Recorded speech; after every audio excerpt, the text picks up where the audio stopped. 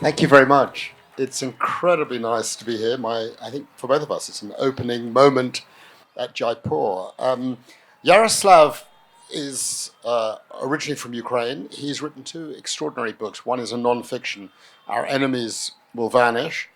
The second is a novel, No Country for Love. As you're going to discover, we have points of connections. He'll be signing the books after the session. Yaroslav, if we can begin, we're sitting here in this extraordinary city of Jaipur at this extraordinary literary festival. Why should people here in India care about what is happening in Ukraine? Well, I think there are so many parallels in history. India, as it is today, it was shaped by centuries of British colonialism, which inflicted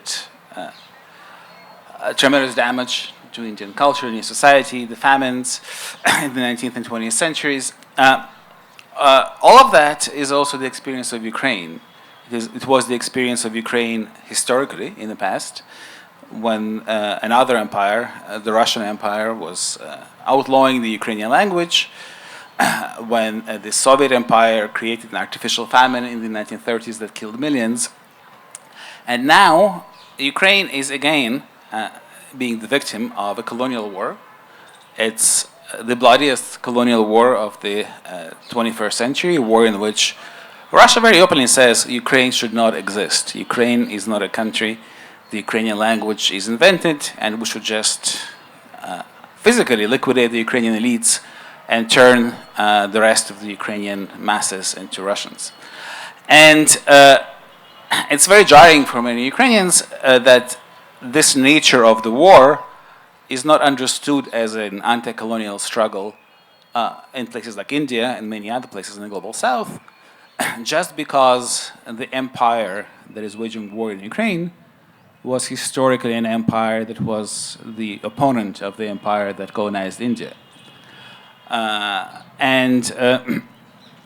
But it's still an empire, and it's probably the only unrepentant empire in the world. We have had in England, in France, in other former empires, an entire examination of the past and of the crimes of the past. Nobody takes Kipling uncritically in England because everybody knows that yes, it's masterful work of literature, but there was also this bloody, brutal context of colonialism in it. But nobody looks at Pushkin this way, for example.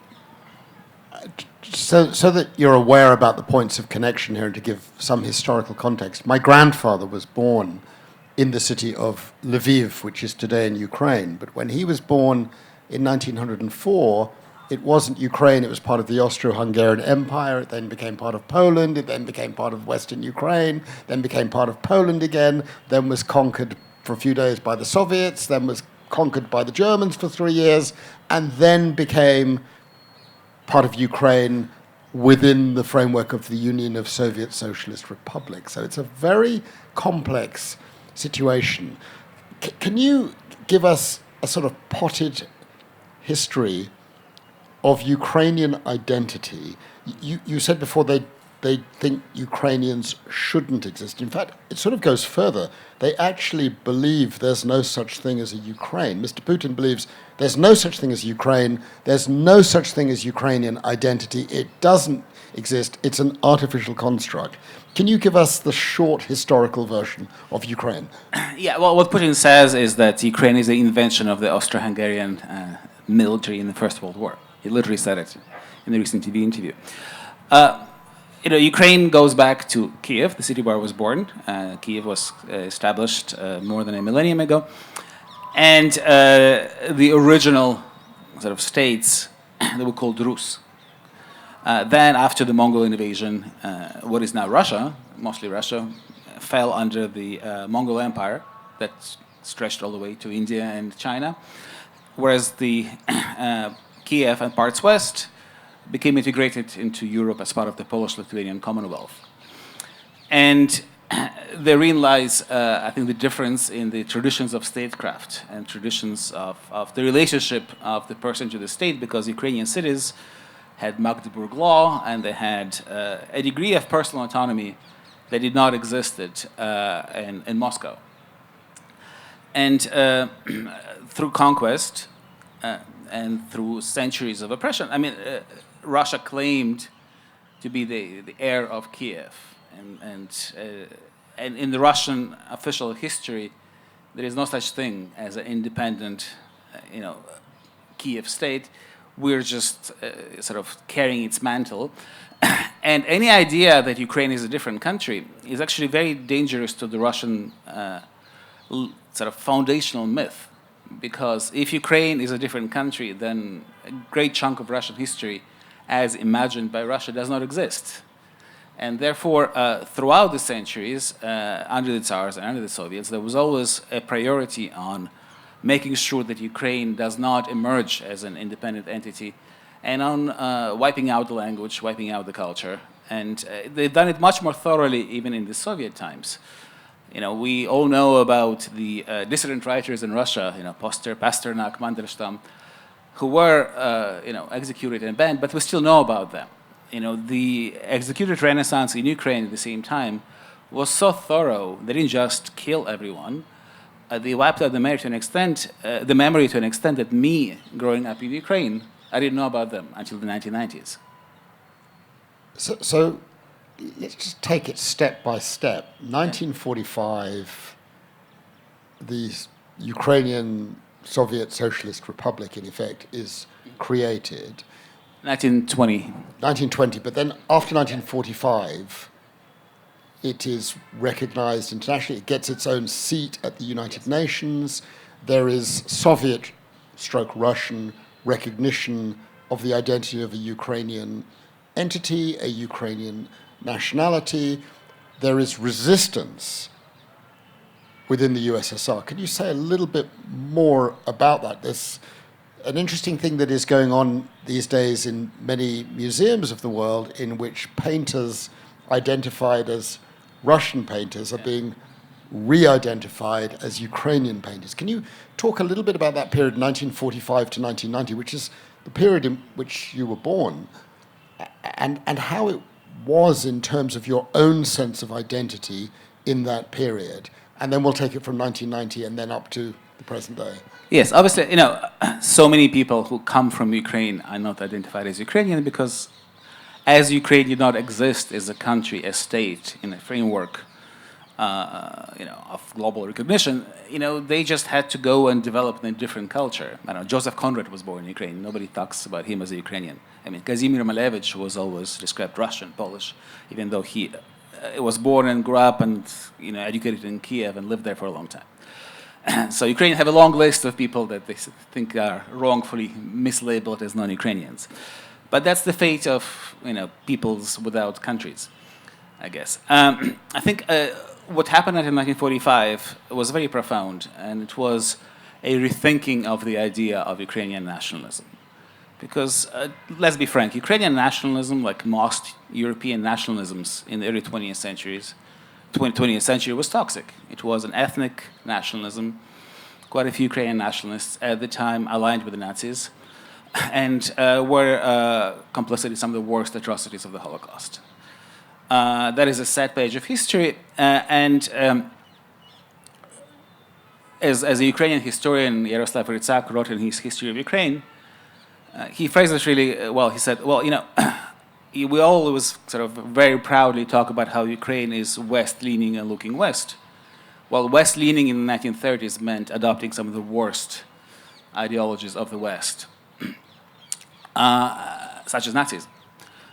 So what happened after that was the realization that Ukrainian nationalism cannot be based on blood, on soil, on ethnicity. And in fact, the fact that some of the leading Ukrainian dissidents were in the same prison camps as Jewish refuseniks, as Crimean Tatars and others for decades, actually created this understanding of a new kind of nationalism based on ideas, almost like the American idea, the idea of democracy, the idea of freedom. And Ukraine, when it became independent in 1991, was based on that. The idea was everyone in Ukraine is Ukrainian, and it doesn't matter what language you speak, what religion you follow, and I think that's a secret of resilience and in this war, and something that Putin did not understand. Because when he planned this invasion, the idea was that, well, half of Ukrainians speak Russian, of course they will side with us. But in fact, no. The idea of Ukraine was more important than the language. And we now have a situation where Ukraine has a Jewish president, a Muslim minister of defense, and the head of the armed forces who is ethnically Russian from Russia. And it does not matter to anyone. It's never been even mentioned in political discourse because the only criteria under which you say you're Ukrainian or not is, do you work, do you support, the future of Ukraine? You're beginning to get a sense of the complexities of this remarkable country.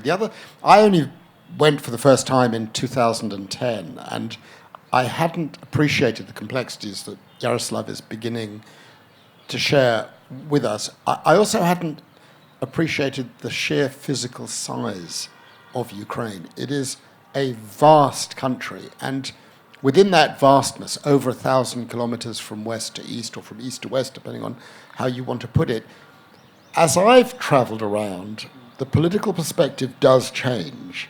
You find a different kind of Ukrainian nationalism in the western parts, which leans much more towards the European Union and the Western model. And then as you travel east, you begin to see more people who lean towards the Russian system. Can you explain a little bit more about this? Because this becomes hugely significant later, well after Ukraine has obtained independence, in the sense of addressing the question, is Ukraine as a state a place that leans to the west or leans to the east? And this becomes relevant when you come to the question of joining NATO, not joining NATO, and these. So a little more on the spread, the geographic and cultural spread of this extraordinary country. Well, Ukraine is the biggest. Ukraine in its constitutional borders is the biggest country by landmass fully in Europe. It's bigger than France, and obviously there is variety, and there is a language variety. So southern and eastern Ukraine, through centuries of Russification, have become mostly Russian-speaking. Western Ukraine has only been part of this Soviet Empire since 1945 fully, and so a language has been preserved to a greater extent in Western Ukraine. And this was indeed a political divide in the past. So in 2004, all the way up until 2014, indeed, if you look at the map of Ukrainian elections, there would be the pro-Western party winning center in the west and Kiev, and the pro-Eastern party winning the south. And all that changed already in 2014. In 2014, there was a revolution in Ukraine, the Maidan, and then a Russian invasion of Crimea and then Donbass. Where was President Zelensky at the time? President Zelensky was a comedian in Moscow. He was hosting the New Year's show on Russian state TV on January 1st, 2014. He was not anti-Russian. People in the east of Ukraine were not anti-Russian because Russia at the time, before the invasion, was seen as a country with higher salaries, better job opportunities, perhaps less corruption than Ukraine. All of that changed in 2014 when Russia came to kill. And it changed even more in 2022 when Russia came to kill not just in Donbass, but started bombarding cities like Kharkiv, which is the biggest Russian-speaking city in Ukraine and the second largest city. And I remember, and I'm describing this in this book, sort of huddling in the subway of Kharkiv in 2022 with the mayor of the city, who made a point of never speaking Ukrainian. He went to court, to insist that he will only speak Russian. And he was saying that, Russia will now be an enemy for all of us for generations, because it's the Russian-speaking Ukrainians who felt the brunt of the war in their own homes. It's their siblings, it's their who were killed, it's their apartments who were bombarded. They have a direct sort of blood feud with Russia now for generations, whereas people in the west of Ukraine who were traditionally portrayed as more hostile to Russia, luckily for them, have only seen war on television. Let's just say something about Crimea. And maybe you can tell us a little bit about the curious circumstances in which Crimea became attached to the Ukrainian Soviet Socialist Republics under the Khrushchev moment, I think. And if I can ask, do you feel Crimea is part of Ukraine in the broader sense or just in the political sense from that 1950s moment when Crimea was attached to Ukraine? You understand why I'm asking the question. Yeah. Well, let's look at that moment and the history of Crimea. I mean, the original inhabitants of Crimea are the Crimean Tatars. I mean, it was a state attached to the Ottoman Empire for centuries. What happened in World War II, after World War II? Stalin, who was sort of following the great imperial paradigm of forced displacement, decided to ethnically cleanse Crimea of the Tatars. So hundreds of thousands were given 24 hours and taken to Uzbekistan, to Siberia. A great many died on the way. And so Crimea was empty of its original inhabitants when Khrushchev decided to attach it to Ukraine, because it was really not economically viable at that point. And you know, it's before that, it was an autonomous Crimean Tatar Republic in the Russian Federation before the war. And after Stalin died, all the other displaced people were allowed to come back. The Chechens, the Ingush, the Balkars, except the Crimean Tatars. The Crimean Tatars remained in exile until the 1990s. It's only when Ukraine became a sovereign that it allowed a mass return of Crimean Tatars to Crimea. And Crimean Tatars are probably the most fervent Ukrainian patriots in Ukraine right now. Is that because they're pro-Ukrainian or because they're anti-Russian? Well, because they found in Ukraine a country that sees them as equal citizens and that wanted to redress the historical injustice that Russia had caused. And they are, even though most Crimean Tatars now live under Russian occupation, in Kiev you can find plenty of Crimean Tatar ministers and government officials who are, part and parcel of the fabric of society. And what happened after Russian annexation in 2014? There was, again, ethnic cleansing. So on one hand, many pro-Ukrainian Crimeans, Russian and Ukrainian-speaking, and Tatars fled. And Russia brought in settlers. Russia brought in nearly 1 million settlers from the rest of Russia to alter the demographic balance. But going back to all of that, in 1991, when Ukraine became independent, there was a referendum. And every region of Ukraine voted on whether it would become independent, including Crimea. And at the time, the majority of Crimeans voted for independence. And one of the fundamental principles of the international legal order is that when a country obtains its independence, the boundaries are to be respected. The boundaries were not respected in 2014. The invasion of Ukraine, of Crimea, the taking of Crimea, the attacks on Donbass were manifest violations of international law. That's my sort of area of work. There were reactions, there were General Assembly resolutions, there were sanctions of a modest kind, but there wasn't a strong reaction. Did you, now looking back, do you see that in a sense the reaction of the world was a signal that they weren't going to make a big fuss about what the Russians were doing? The reaction of the world was a green light for Putin to keep going. Along with Chechnya, along with Georgia, South Ossetia, and Abkhazia. Yeah, exactly. And I was in Georgia during the Russian invasion, so I saw it firsthand. So I started writing this novel in 2014 because I was then in Kabul, running our bureau in Afghanistan, and I was really shocked by how little Ukraine was understood and how easily the Russian propaganda was swallowed, really in its entirety, because the tragedy of Ukraine is that most of the knowledge about it came through the Russian prism. And even people who disagreed with Putin, Western academics, they were all trained in Russian studies. And so even unconsciously they carry this bias. And Russia did such a thorough job in manipulating and wiping out key elements of Ukrainian history that this complex identity was basically obfuscated.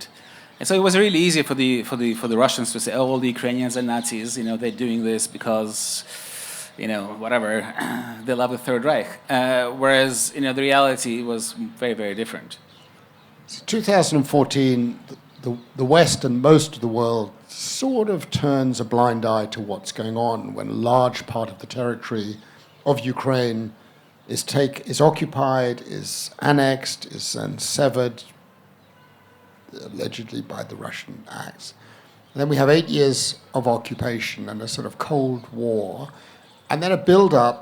And I remember December 2021, January 2022, newspaper reports are beginning to emerge that something bigger is going to happen. So at that point, this is where you talk about it in this extraordinary book, Our Enemies Will Vanish. You are there, you are living through it. Take us through how it is to live through an imminent occupation, whether you believe it or not, and then the moment of attack. Well, it was very different for me because having seen invasions and occupations, having seen how quickly things change in Baghdad, in Kabul, where I was just 6 months earlier, watching the collapse of the Afghan Islamic Republic and the Taliban takeover. So if you have lived through these moments of instant and monumental change, you can sort of sense it. But for people in Kiev who have not heard, the sound of bombardment since 1943, it was very hard to imagine that one day everything will flip. And it did.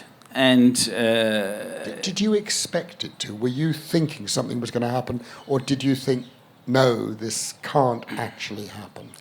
I was pretty confident towards the end that it would happen, and we had a warning from I went to see the former president of Ukraine the day before the war, and he gave me this very anodyne interview, and then leaned towards me as I was leaving, saying, tomorrow at 4 a.m. it will start. If you want to leave the country, now's the time to go to the airport. So, and honestly, it was not a surprise to me also that Ukraine did not collapse like everybody expected it would, because I had spent the previous 2 weeks going around, especially the east, and all those areas where there was genuine pro-Russian feeling in 2014, it had disappeared because people had seen what actually happens under Russian rule. Because Russia, as you said, did control Donbass for 8 years, and it became a depopulated wasteland. People fled from Donbass because instead of bringing higher salaries and jobs as promised, it became a gangland. But people's properties were taken away, and people were gunned down in the streets. And so in all the big Ukrainian cities, especially in the east, there were all these refugees from Donbass that were the vivid example of why we don't want the Russians to come. You were in Kiev. Yes. On the day, I don't know how many people here remember that day. I remember watching it on television. It was extraordinary because, speaking from the perspective of a European, I was in London. What we were seeing on our screens was something that had not happened in the European context since 1939, which was a major military occupation and a war in Europe. So it was almost impossible to believe the scale of what was happening. How was it from your perspective? And let's talk a little bit more about the extraordinary resistance. You're there on that day. What is going through your mind as it's happening? You say it starts at 4 a.m. Tell me about that day. Well, you describe it in the book, but tell everyone here about what it is to be in a country that's being invaded. Well, it's funny because you have all these little logistics issues to deal with. For example, we had evacuated our staff and friends from Afghanistan, and part of them ended up in Ukraine. And these 2 women from Kabul were stuck in Kiev on the day the war began. So we had to figure out a way to get them into a car and get them to Poland before the Russians arrived. It took us half the morning. And then, the first day there was chaos. The first day, there was not a lot of organization in Kiev. I remember driving to the airfield of Hostomel where the Russians landed the paratroopers, and there was not a single checkpoint on the way. And suddenly people... And you saw the Russians landing, you saw them there, you were at some distance from them? Well, we didn't see them landing, but we drove pretty close to them, and there was a bridge, and then the soldiers on the bridge said, just leave because we're going to blow up the bridge. And then the shooting began. So, and as we were driving back, the very first volunteers started manning a trench, and all these guys in jeans and shirts, and they didn't have anything more than Kalashnikov rifles, so they wouldn't have had any chance against a Russian tank or Russian helicopter. But the few Ukrainian conscripts who were at that airfield, which was a pivotal battle of the war, they held the Russians long enough for actual reinforcements to show up. So the Russians were never able to use that airfield to land planes with troops and equipment, which was the plan for taking Kiev. So it was really touch and go at that moment. And I think everything turned on the second day of the war when President Zelensky came out of his residence with a few key advisors and made this remarkable selfie video saying, "We are all here, we're not going anywhere." And I remember watching it that night and then driving through Kiev in the morning, and there were always thousands and thousands of people coming out from the high rises to sign up for the military and to go and defend the country. And which was a very different moment from what had happened in Kabul in August 2021, when the president, Ashraf Ghani, toured the ramparts of the city and said, "We will fight," and then the next morning he was already in a helicopter to Uzbekistan. I mean, it is an incredible story given the size of the two countries relatively. You've got Russia, much larger population, a vast military machine. It is a sort of David and Goliath kind of story. Is it true that the Russians thought they could occupy Kiev within a few days? The government would fall, they would take the whole country? And if it's true, why did it not happen? What are the lessons to be learned? I think the fundamental reason is this. We're going back to what we talked about earlier, the idea of Ukrainian identity and Ukrainian nationalism. It's not ethnic. It's not language-based. It's based on the idea of an independent, free Ukraine. And just one little statistic, Russia has had one president de facto since the beginning of this century. I mean, Medvedev sort of stood in for a little bit. President Zelensky is the sixth president of Ukraine, and only one of his predecessors was re-elected for a second term. The Ukrainians just don't like to be ruled by, regimes and authoritarian systems, their own and especially foreign. And so, Putin was thinking in sort of sectarian, religious, ethnic terms. Well, half of them will side with me because they speak Russian, and this whole country is artificial, and that regime was, put in by NATO. And the moment our tanks arrive, will be greeted with flowers. And that didn't happen. There was a profound failure of intelligence, but we had a parallel failure of intelligence in the West, because the opinion in the White House was very similar. I talked to the Ukrainian foreign minister at the time, Dmytro Kuleba. He was in Washington the day before the war began. He went to the White House and he met President Biden, and he said, "They're all very nice and very warm, but I felt like they were seeing a patient with terminal cancer. It was basically a farewell to me and to the country of Ukraine." And that didn't happen.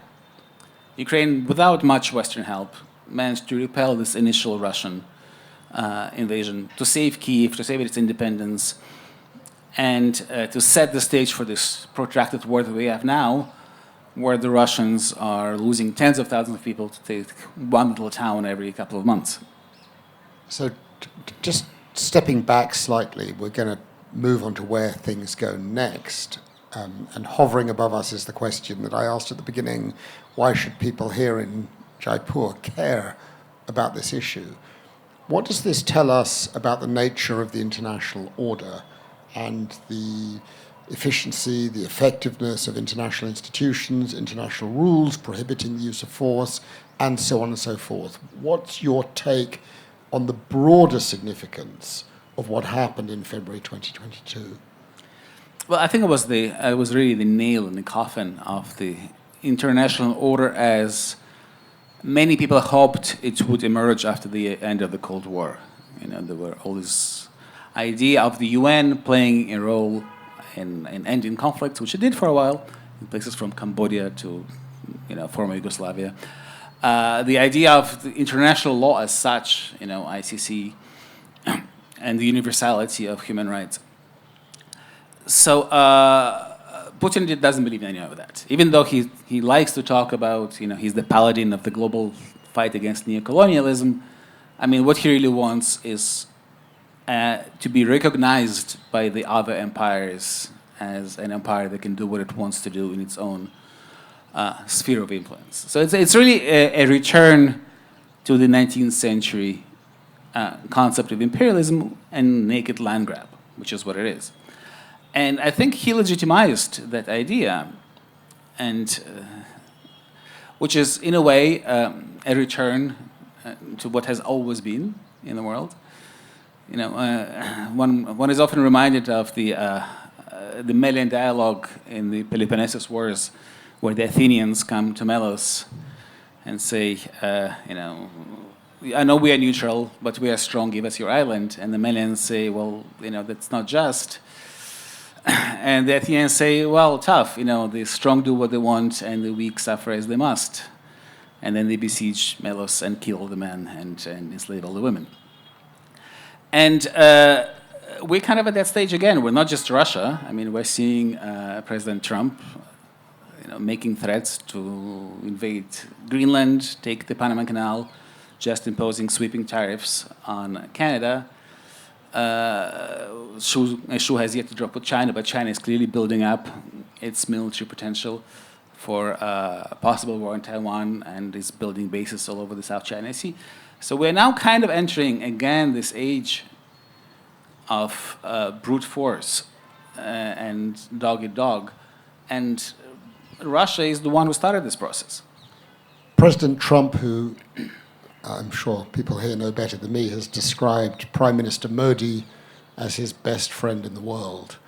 I worried about what Donald Trump would do in relation to Ukraine and Russia, that he would cease all military support, cease all financial support. That hasn't happened. What's your reading of what's going on in Washington right now and what the thinking is about Ukraine and Russia and where the Trump administration may take this story? Well, it's hard to predict what President Trump will do. There are clearly varying camps within the administration, and the people he appointed to deal with Ukraine right now, such as General Kellogg, such as Secretary Rubio, they certainly are not seeking to capitulate and just give Ukraine to Russia on a civil platter. And I think President Trump realizes that giving Russia Ukraine like that would not do great things to enhance American power. It would not make him look strong, and he does not want to look weak. So as far as the immediate mechanics of aid, so there is a fund of $50 billion that was already kind of Trump-proofed. So Ukraine has enough for the next several months to fight with. And again, Trump, with all his power, is not God the Almighty. Ukraine resisted in 2022 without American help. Ukraine resisted in 2014, not just without American help, but when President Obama was very publicly saying that we should not even bother helping because there is nothing the US can do to prevent the Russian domination of Ukraine. So smaller countries also have agency, and I think the US had lost wars to smaller countries like Vietnam or in Afghanistan. And so the $64 million question, and this is pure speculation, but you are, as you're all hearing, Yaroslav is very balanced, very well informed. Where does this end up? Can we imagine, as my friends in the western part of Ukraine, and mostly in Lviv, say, okay, this war is now approaching the third year. entering the fourth year, at the end of the third year, we are tired. We are holding the line just about, but it's tough. We want a return to peace, and in return for peace, we're willing to sign off on Crimea, on Donbass, provided we get guarantees for our protection. Is that the kind of landing area that it goes? Or does President Zelensky, who has been remarkable, hold out and say, no, I believe in the principle of sovereignty, territorial integrity. I want my country whole. It is unacceptable for me to give away even a square inch of my territory. If you were advising President Zelensky, what's the advice you'd be giving? Well, I don't think President Zelensky needs my advice, but I mean, he certainly takes heed of realities. And I think it's one thing to say we will never accept legally Russian sovereignty over Crimea and Donbass. It's another thing we will accept the front lines where they are now because we just do not have the resources to push back. And, you know, these are two different things. You know, large parts of Cyprus have been occupied since the 1970s. Doesn't mean Cyprus recognizes that. So I think the crux of the matter is what happens next. And I think if there is a ceasefire or a deal that is that enforceable and doesn't lead Russia to regroup, rearm, and bite off another chunk or all of Ukraine in 5 years or 3 years, that is something that would be acceptable to Ukrainians. But if it's just a pause and there is no international, serious, meaningful backing of Ukraine, binding commitments from NATO, then that would be really hard to swallow because it's just signing your own death warrant, especially if this deal involves partial disarmament of Ukraine, which is what Putin really wants. So as we've touched on, Ukraine is a complex, diverse country. There are a range of views, although I think the war has strengthened, from my perspective, greatly this sense of identity, this sense of holding the line. What does that mean for the issues that are out there on NATO membership, membership of the European Union? Is that something that you would wish to see? I noticed you chose your words carefully in terms of NATO guarantees. How does a country like Ukraine in a settlement negotiation deal with these issues, and what does it do, relatedly, about the terrible abuses that have occurred, the crimes that were perpetrated at Bucha, at Mariupol, the attacks on civilians all over Ukraine, including Lviv being bombed way far, including the killing of my dear friend Victoria Amelina, a writer who happened to be eating in a restaurant which was frequented by off-duty Ukrainian soldiers, which the Russians say makes it a legitimate target, which is plainly wrong as a matter of law. How do you resolve this in the medium term? Yes, well, I'm glad you mentioned Victoria, who was killed as she was writing a book about another Ukrainian writer who was killed by the Russians. Well, actually, I've even just learned, and this is rather painful for me, that the inspiration for Victoria Amelina, a writer, a novelist, to do the work, the extraordinary work she was doing, collecting examples of human rights violations, was in Lviv. She went to visit the home of the Polish jurist Raphael Lemkin, saw the plaque outside one of his homes, and decided she needed to get more engaged in the struggle. That plaque exists because of a book that I wrote called East-West Street, which the mayor then relied on to put the plaque up. And so in this horribly painful way, of course, I don't feel a responsibility in a direct way, but a book that I wrote caused a plaque to be put up that caused Victoria Amelina to do what she did, that caused her to lose her life, is very painful. Yes, yes. So your question is, how do we deal with all this? Well, you know, there are no... What would you do? I think, well, NATO and the EU are different issues, and the path to EU membership is still open and is practicable. When it comes to NATO, I think a lot of countries in Europe realize that Ukraine is actually now a provider of security. Ukraine has the second largest or the third largest army in NATO after the US and Turkey, and certainly the only one that has the experience of combat against a peer or near peer enemy. I mean, the last time the United States fought an enemy of comparable capabilities was in World War II. There is no one in the US military now that has that kind of experience. And so Ukraine's contribution to the security of Europe is something we have to look at, not what it's taking from others. I think we've now reached a point where we should invite our wonderful audience to have a chance to put questions to Yaroslav. So I see one question, lots of hands going up. Great. Okay. So is there a microphone? Can we just... Great. Hello, sir. How are you doing? I want to ask one question which is related to all the revolution, all the fights we all do. Because people do not fight bullets. Ideas do. What are the 4 basic ideas behind the Ukrainian nationalism, which may be rooted in your folklore, your history, your culture, your literature, your food, anything? Give me 4 ideas, just basic ideas. I will read about them more. Give me 4 basic, fundamental, simple ideas which define what Ukraine is or what Ukrainian spirit is. Yes, thank you. I think Ukrainian idea right now is very simple. Just leave us alone. This is the basis of the struggle now. Just let us live the way we want. Don't tell us what to do.